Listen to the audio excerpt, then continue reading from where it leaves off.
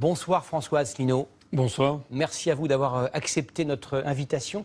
Je le disais en titre, parmi les 7 candidats ayant obtenu leurs 500 parrainages pour cette élection présidentielle, vous êtes sans doute le moins connu du grand public.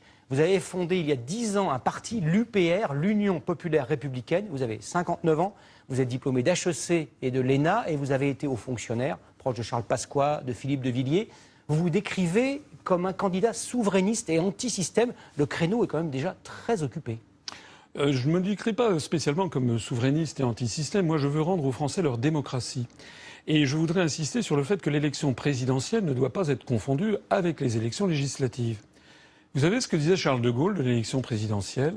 Il disait « Le vrai sujet de l'élection présidentielle, c'est l'indépendance de la France ». D'ailleurs, dans la Constitution française, l'article 5 précise que le président de la République est le garant de l'indépendance nationale, de l'intégrité du territoire et du respect des traités. C'est quoi l'indépendance nationale? En fait, c'est la même chose que la démocratie. Et moi, si je veux, et je propose depuis 10 ans, sans jamais changer d'avis, de sortir de l'Union européenne, de l'euro et de l'OTAN, ça n'est pas par nostalgie, xénophobie, racisme, voulant couper la France du reste du monde, pas du tout. C'est tout simplement pour rendre aux Français leur démocratie, leur droit souverain à décider de leur propre avenir collectif. Alors parlons de 2 ou 3 points, par exemple. La sortie de l'euro, à vos yeux, ça ne pose aucun problème. Vous dites qu'elle sera immédiate si vous êtes élu président. Ça ne pose aucun problème, ni pour les retraités, ni pour ceux qui ont une assurance vie, ni pour les salariés. C'est totalement indolore et ça n'est que bénéfice. J'ai dit que nous mettrons en œuvre, lorsque je serai installé à l'Élysée, l'article 50 du traité de l'Union européenne qui permet de sortir juridiquement et sereinement de l'Union européenne et de l'euro. C'est d'ailleurs ce que vont faire les Britanniques dans quelques semaines. Il n'est pas sûr que ça se passe sereinement. S'agissant de l'Union, mais pour l'instant, ça se passe plutôt bien. Ça n'a pas commencé. S'agissant de l'euro, il y a des gens qui me disent, vous vous rendez compte de ce qui se passe si vous sortez de l'euro? Mais moi, je vais vous répondre, est-ce que vous vous rendez compte de ce qui se passe si on y reste? Actuellement, il y a 1000 personnes qui basculent en dessous du seuil de pauvreté chaque jour en France. Chaque jour, vous avez pratiquement un agriculteur qui se suicide. Et l'euro est en train d'aller au désastre, notamment en Italie et en Grèce. Mais pas dans d'autres pays qui sont dans l'euro, qui s'en portent fort bien. Oui, c'est vrai. Les Pays-Bas, oui, il y a tout simplement parce que nous n'avons pas les mêmes économies. L'écart de compétitivité entre l'Allemagne et la France depuis 1999 s'est accru de 21% en faveur de l'Allemagne. Et c'est la faute à l'euro? Non, c'est de la faute simplement que les Allemands ne sont pas des Français. Et normalement, ce que l'on faisait auparavant, eh bien, on laissait se déprécier le franc pendant les 30 Glorieuses. Maintenant que nous n'avons pas la même monnaie, on fait quoi? On est obligé d'appauvrir systématiquement les Français. D'ailleurs, c'est pas moi qui le dis. Hein. Est-ce que je peux vous montrer ça? Oui, je suis pas sûr qu'on le voit à l'antenne, mais je vous fais parfaitement confiance. Ça, c'est très important. Ça, c'est très important. C'est le rapport de la Commission européenne du 13 mai 2016 qui fixe ce que doivent être les politiques économiques et sociales de la France en 2017. C'est-à-dire que quel que soit le président de la République que les Français vont élire, sauf si c'est moi, il sera obligé d'appliquer les directives qui sont indiquées dans ce document, et notamment la remise en cause du droit du travail, l'ubérisation généralisée de la société. Ça veut dire que toutes les professions réglementées, les avocats, les notaires, les médecins, les chirurgiens, les pharmaciens, les artisans taxis, etc., vont devoir progressivement voir leur situation précarisée. C'est également la baisse des prestations chômage, c'est la suppression du SMIC. C'est également toutes ces prestations sociales qui vont être détruites. Alors il faut que les Français le sachent. Il faut que les Français sachent que si on ne parle pas de ces sujets-là, ils se retrouveront comme d'habitude avec un président de la République qui ne fera pas du tout le programme pour lequel il a été élu. Autre point important, vous voulez, je crois, sortir la France du commandement intégré de l'OTAN. Vous dites donc que la France, qui représente à peu près 1% de la population mondiale, se défendra bien mieux par elle-même, sans l'aide de ses alliés et voisins. Non, je veux sortir la France de l'OTAN plus généralement. Vous savez ce que disait Charles de Gaulle là aussi? Il disait, lorsque le pacte de Varsovie se sera effondré, lorsque le communisme aura disparu, eh bien, l'OTAN devra disparaître. Actuellement, la France, par l'article 42 du traité de l'Union européenne, est placée sous la tutelle de l'OTAN. En fait, nous sommes devenus un pays satellite de Washington qui nous entraîne vers des guerres illégales et néocoloniales, notamment au Moyen-Orient. On en reparle dans un court instant. Au chapitre économique et social, j'ai lu votre programme, vous voulez renationaliser une grande partie de l'économie française. EDF, GDF, l'eau, les autoroutes, les médias. Comment vous financez tout cela? Alors d'abord, il ne s'agit pas d'une grande partie de l'économie française. Ça pèsera 25% du PIB. C'est un programme qui est nettement moins à gauche que le programme commun de la gauche de 1972, qui allait beaucoup plus loin, puisqu'il nationalisait toutes les banques, il nationalisait également toute une grande série d'industries. Moi, je veux en revenir à ce que souhaite en fait le peuple français. Vous savez, je parcours la France depuis 10 ans. Les Français, en fait, veulent que l'État assure son rôle de justice et d'égalité sociale. Et ils veulent des grands services publics à la française. Donc, en effet, je veux même inscrire dans la Constitution le fait que les grands services publics, EDF, GDF, la SNCF, la Poste, France Télécom, la sécurité sociale, et puis également les sociétés d'autoroutes et les réseaux d'adduction d'eau doivent être nationalisés, rester nationales. Ça ne va pas nous coûter si cher que ça, puisqu'il y a toute une série de... D'abord, parmi ces entreprises, il y en a encore un certain nombre qui appartiennent en tout ou partie à l'État. Et deuxièmement, on peut nationaliser en tout ou partie. Et puis surtout, vous ne parlez pas du chapitre des économies, parce que je propose aussi beaucoup d'économies par ailleurs. On parle de politique étrangère, parce que sur ce point, vous vous distinguez de beaucoup d'autres candidats. Vous êtes contre l'intervention militaire de la coalition en Irak, contre Daesh. Ça veut dire que vous voulez laisser Daesh prospérer, ou vous pensez que le problème va se résoudre tout seul, sans intervention armée? Non, ce que j'ai dit, c'est que derrière Daesh, il se cachait des intérêts très intéressants, mais qui ne sont pas très connus. J'ai déjà eu l'occasion de dire que derrière Daesh, qui est-ce qui fournit des armes à Daesh et des financements? On sait que c'est l'Arabie Saoudite et le Qatar, et derrière, il y a les États-Unis. On m'a traité de complotiste, sauf que maintenant, c'est le président des États-Unis en personne, Donald Trump, qui l'a dit. Et d'ailleurs, depuis qu'il est à la Maison-Blanche, on en entend beaucoup moins parler. Mais en matière de politique internationale, moi, je voudrais dire quelque chose. Lorsque la France sera sortie de l'Union européenne, de l'euro et de l'OTAN, elle ne s'isolera pas du reste du monde. Il y a 6686 traités qui lient la France au reste du monde.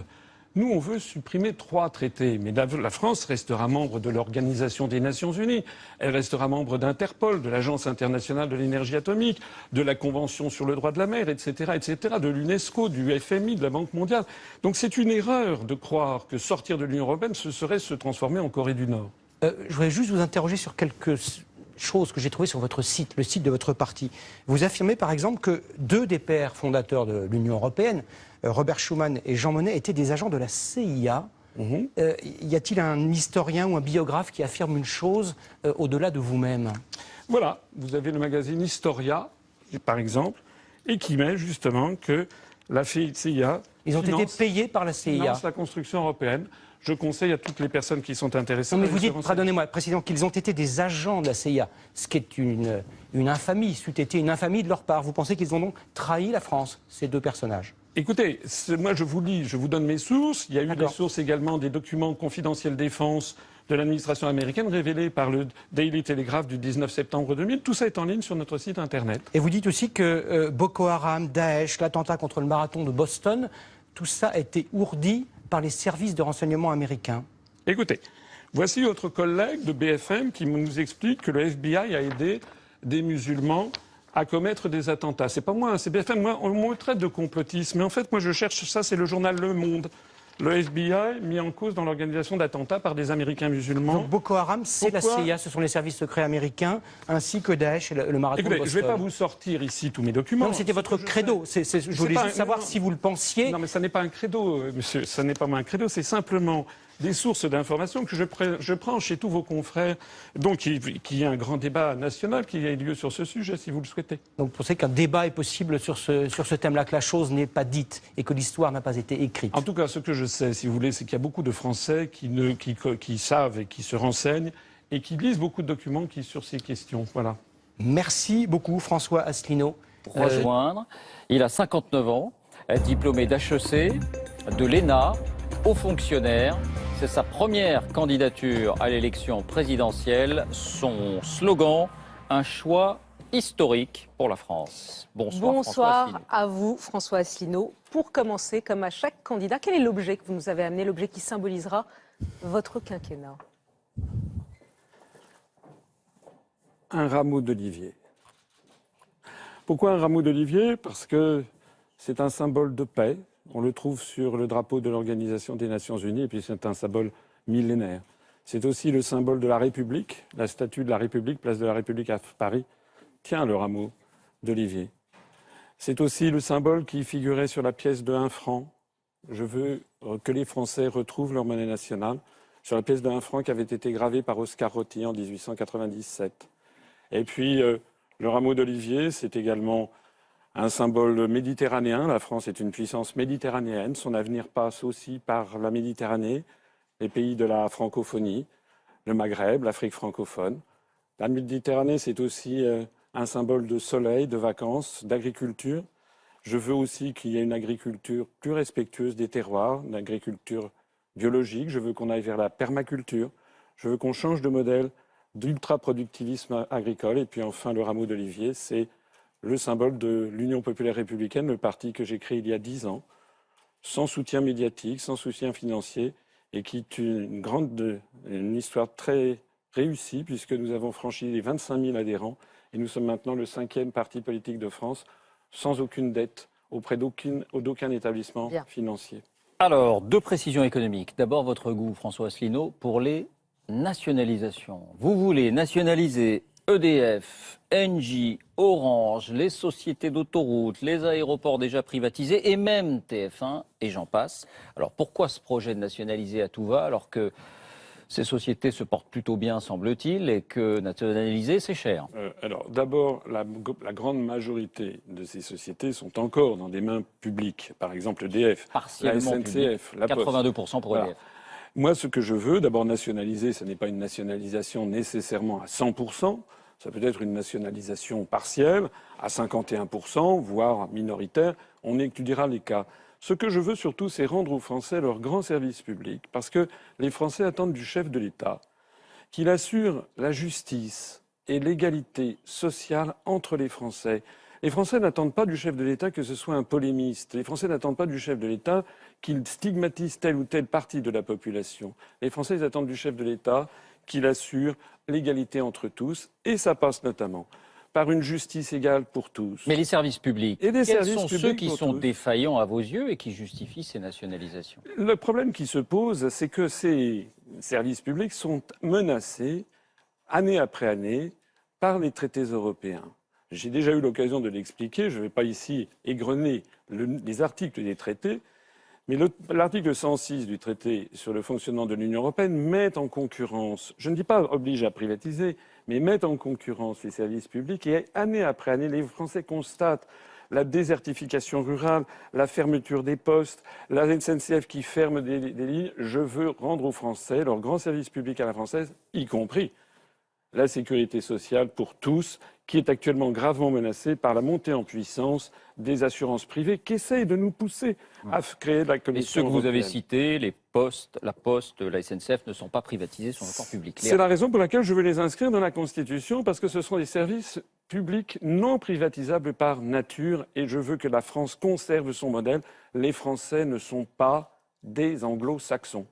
François Asselineau, l'économie, c'est aussi la formation et l'éducation. Vous voulez que l'enseignement de l'histoire soit, je vous cite, débarrassé de tout dogmatisme et qu'il y ait une obligation de réserve sur les événements trop contemporains. Qu'est-ce que ça veut dire? Est-ce qu'il y a des événements trop contemporains dont on ne doit pas parler à l'école? Moi, quand j'étais à l'école, les cours s'arrêtaient à 1945. Et je trouve que c'était bien. Je trouve qu'actuellement, ça devrait s'arrêter, disons, aux alentours des années 1975, 1980. Voilà. Ce dont je parle, c'est qu'il y a à l'école actuellement des cours où l'on vante les mérites de la construction européenne, de la Constitution européenne rejetée par 55% des Français. Et moi, ma candidature, je m'adresse ici aux 55% des Français qui ont voté non le 29 mai 2005 et dont le vote a été violé. Eh bien, moi, je veux leur apporter finalement une espèce de revanche, parce que l'histoire n'est pas écrite. Cette Constitution européenne a été rejetée par les Français pour des motifs tout à fait justifiés, Maintenant, on va changer. Donc on ne parle pas, pardonnez-moi, on ne parle pas de la construction européenne dans les cours d'histoire, c'est ce que Si, j'ai dit 75. On peut dire, oui, bien sûr, 1957. On peut parler des traités européens. On s'arrête à 75. On peut s'arrêter. Vous écoutez, je ne sais pas, 70, 75. Mais c'est un principe. Donc ce qui s'est passé récemment, c'est la chute du mur de Berlin, le 11 septembre, on n'en parle pas. C'est un principe important parce que c'est le principe de l'école républicaine qui ne doit pas non plus manier les consciences. C'est ça la difficulté. Il ne faut pas que nous soyons dans un pays totalitaire où on manie les consciences et où toute la sphère médiatique, toute la sphère éducative, etc., pousserait les enfants à... Vous avez l'impression que c'est le cas, que l'école manie les consciences? Je pense en tout cas que sur la construction européenne, oui, il y a vraiment... C'est un sujet qui fait débat. D'ailleurs, 55% des Français ont voté non à la construction européenne, du moins à la Constitution européenne. Les Britanniques viennent de décider d'en sortir. Et moi, je veux faire comme les Britanniques, appeler les Français à sortir de l'Union européenne. Alors, c'est le moment de votre carte blanche. Quelle est l'idée, le projet que vous considérez comme la carte maîtresse de votre programme? Mais moi, je veux sortir de l'Union européenne. C'est pas parce que j'ai entendu des voix. C'est parce qu'il faut que les Français sachent, je l'ai déjà dit, je le redis, que ça, c'est le programme commun du prochain président de la République française et du prochain Premier ministre s'il ne sort pas de l'Union européenne. C'est le rapport des grandes orientations de politique économique que publie la Commission européenne chaque année et qui fixe chaque année ce que doit être la politique économique et sociale de la France. Par exemple, c'est la hausse de la TVA, c'est la baisse de l'impôt sur les grandes sociétés, c'est le gel du SMIC, c'est la mise en pièces de toutes les professions réglementées, les artisans taxis, les médecins, les avocats, les huissiers, les notaires, etc., qui vont tous se faire ubériser. C'est la réforme du droit du travail avec la baisse de l'assurance chômage. C'est le déremboursement de la sécurité sociale avec une médecine à 2 vitesses. Eh bien ça, moi je fais ça. Voilà ce que je propose aux Français de faire. Moi je veux sortir de ça. Et je propose aux Français de voir une augmentation du SMIC substantielle. Je fais passer le SMIC à 1 300 € net par mois alors qu'il est bloqué actuellement à 1 150 € net. Moi je propose de stopper la hausse de la fiscalité des ménages. Je propose de sauver nos services publics et de sauver la sécurité sociale qui est en train d'être démantelée. Je propose de faire des économies considérables en sortant de l'Union européenne, puisque l'Union européenne nous coûte beaucoup plus cher qu'elle ne nous rapporte. D'abord, de point de vue financier, puisque nous versons chaque année 8 à 9 milliards d'euros de plus que nous n'en recevons, et non pas 4 milliards d'euros, comme a dit faussement le journal Le Monde dans son décodex, c'est bien 8 à 9 milliards d'euros. Monsieur Asselineau, oui. Sauf que notre dette est à 60%. 60% de notre dette est libellée en euros. Si notre franc est dévalué, ça veut dire de 15 à 20%, comme on le disait avec Marine Le Pen, ça veut dire que notre dette coûtera 15 à 20% Non, pas du tout. D'abord, le franc sorti de l'euro perdra probablement quelque chose comme 10% par rapport au cours pivot vis-à-vis du dollar. Deuxièmement, une fois que la France sera sortie de l'euro restant ne sera plus l'euro. Ça sera un euro hors France, donc il aura déjà changé de nature. Troisièmement, il y a un principe général dans le droit... Notre dette restera libellée en euros tout de même. Non, il y a un principe général du droit international, ça s'appelle la lex monetae. Tous les emprunts et toutes les dettes seront relibellés en monnaie nationale, à condition que les emprunts et les dettes soient dans le droit national. Avec 10% de plus. Non, absolument pas ça, c'est absolument faux. Regardez ce qui s'est passé lorsque l'on est passé, par exemple, du franc à l'euro ou bien du Deutschmark à l'euro. Vous savez, il y avait des créanciers qui avaient des obligations du Trésor allemand en Deutschmark, et puis ils ont été remboursés en euros. Le Deutschmark était une monnaie très solide. Ils avaient des raisons peut-être de ne pas être très satisfaits. Eh bien, ils n'ont eu que leurs yeux pour pleurer, si j'ose dire. En fait, ils ont été remboursés en euros.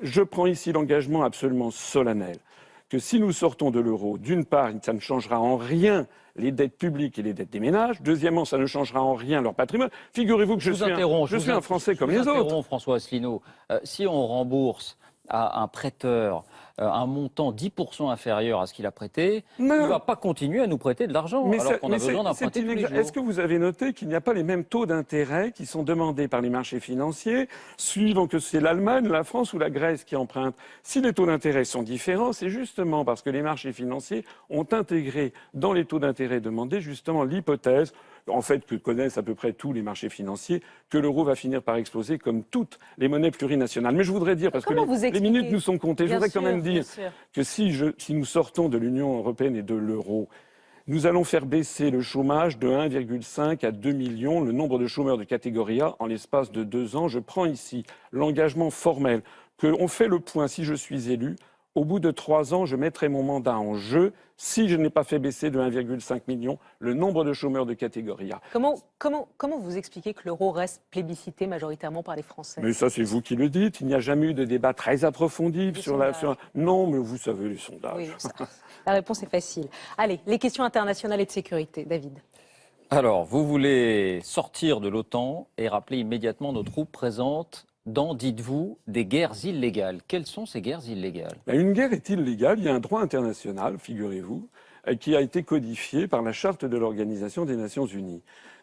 Un État n'a pas le droit d'intervenir militairement dans un autre État, sauf si une ou deux conditions ne sont pas... Enfin, il n'y a que 2 conditions qui le permettent. Premièrement, un État appelle à l'aide d'un autre État pour intervenir militairement.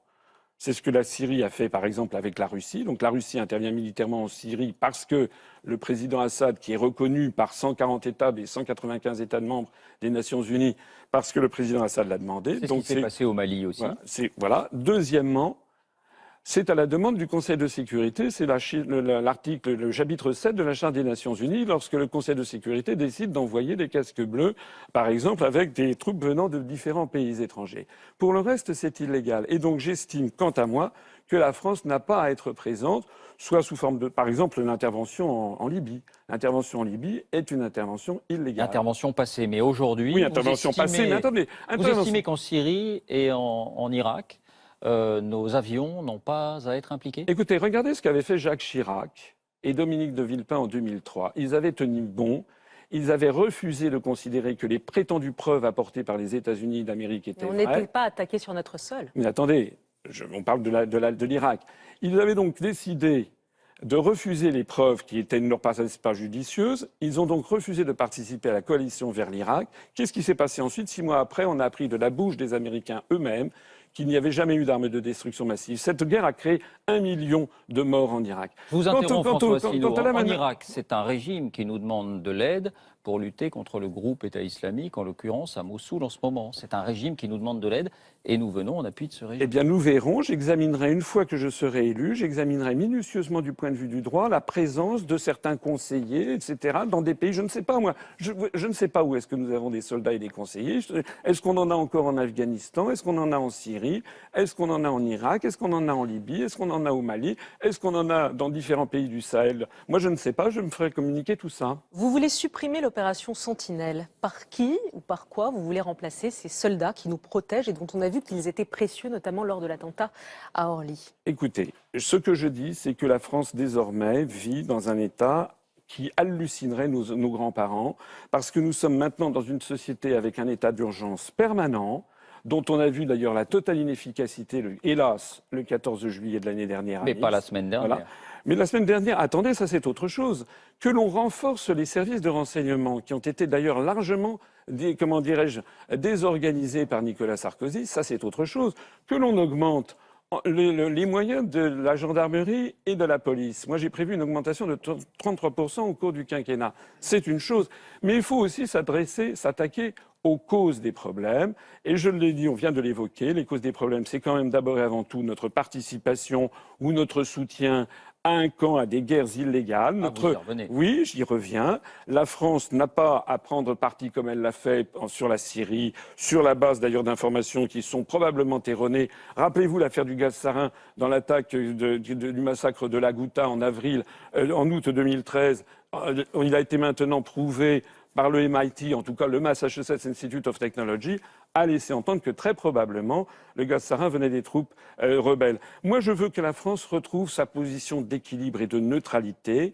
Elle n'a pas à être le supplétif de Washington. Or, malheureusement, c'est l'Union européenne, par l'article 42 du traité de l'Union européenne, qui nous place sous la tutelle de l'OTAN, ce que certains autres candidats, en particulier M. Mélenchon, se gardent bien de dire. Alors justement, pour notre indépendance, vous voulez restituer à l'agence France-Presse le rôle de service public de l'information tel qu'il avait été conçu par le Conseil national de la résistance. Vous voulez que l'AFP diffuse, vous dites, une vision française et impartiale des événements. D'abord, française et impartiale, est-ce que c'est pas contradictoire? Non, je ne pense pas que ça soit impartial. Je dis ça parce que c'est d'ailleurs plus général que l'AFP. On a un problème en France. Alors je sais que quand je parle à des journalistes, il y a un phénomène de corporatisme qui se produit. Mais les Français, vous savez, sont quand même assez choqués de constater, par exemple, qu'au moment où il y a eu la Constitution européenne, à lire les grands journaux français, tout le monde, toute la presse française, médias, audiovisuels, etc., radio, était pour le oui, en gros. Lorsqu'il y a eu l'affaire du Brexit chez nos amis britanniques, ça a été présenté de façon quasi unanime par toute la presse française comme une folie de sortir de l'Union européenne. C'est ça qui n'est pas normal. Vous savez, moi j'ai une belle-sœur britannique. Moi j'aime bien les Britanniques. C'est un grand peuple. C'est un peuple qui a été à la tête des libertés publiques dans le monde en Europe depuis 8 siècles. Eh bien, les Britanniques, au Royaume-Uni, la presse britannique, à la fois la presse de qualité et puis la presse populaire, c'est bien partagé en deux sur l'affaire du Brexit. Il y a une espèce de totalitarisme rampant en France qui est très désagréable et qui nuit Donc il faut que justement à l'AFP l'esprit soit de contrôlée liberté. par l'État. Non, c'est pas ce que je dis. Je dis simplement qu'il faut que les journalistes renouent avec la charte de Munich de 1971, dont les articles 8 et 9 sont à votre esprit. Léa, la photo.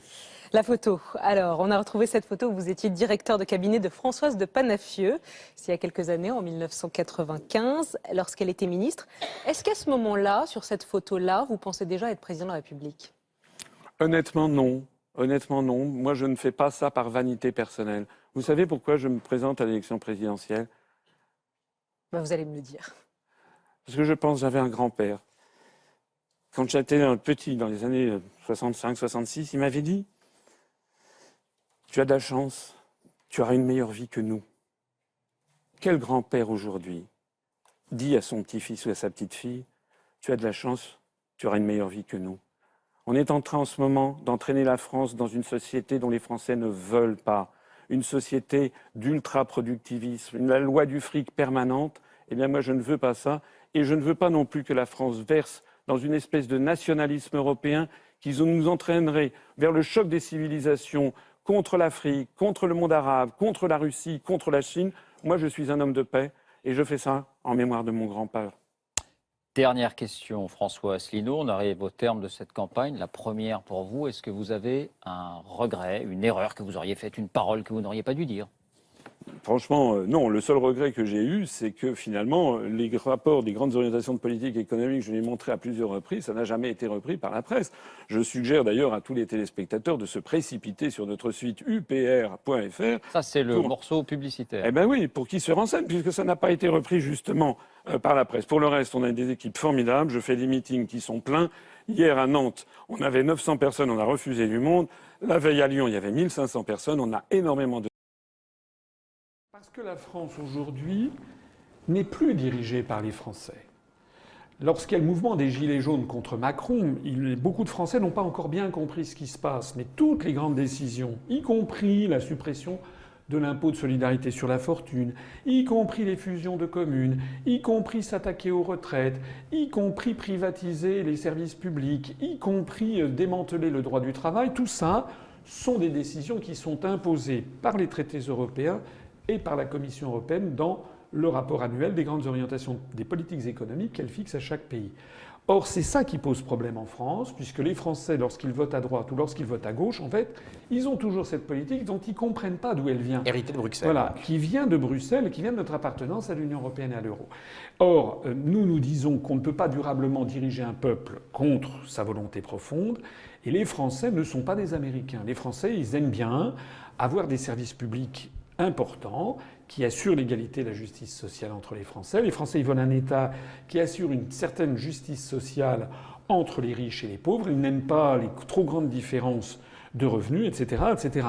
Or, la société qu'on nous impose, c'est celle qui vient de Bruxelles, et c'est ça qui est en train de mener la France à l'explosion sociale générale. Oui, alors, est-ce que vous êtes en train d'expliquer que, de toute façon, ça ne sert à rien que Macron fasse une grande consultation nationale? De toute façon, il ne pourra pas les appliquer parce qu'il est obligé d'appliquer la feuille de route imposée par Bruxelles. C'est exactement ça. Donc, ce que va faire Macron, alors j'en sais rien, je ne suis pas un devin, mais probablement, il va proposer des réformes qui sont déjà celles demandées par Bruxelles. Par exemple, il va proposer de diminuer le nombre de parlementaires, ou bien il va proposer de fusionner les communes. C'est déjà ce qu'il fait. Mais c'est pas ça que les Français veulent. Et les fameuses eurorégions aussi. Voilà, les eurorégions. Mais c'est pas du tout ça. Parce que vous avez remarqué que Macron, il fait un débat, mais il n'invite pas les gilets jaunes. Il parle avec des maires. Ou alors quand il invite des gilets jaunes, il y en a 2-3 qui ont été triés sur le volet. On leur a mis un gilet jaune. Mais Macron, en fait, ne répond pas aux demandes du peuple. Le peuple, il veut quoi? Les Français, ils veulent d'abord la démocratie. Ils voudraient un référendum d'initiative populaire ou d'initiative citoyenne. Les Français, ils voudraient qu'on rétablisse peut-être l'impôt de solidarité sur la fortune.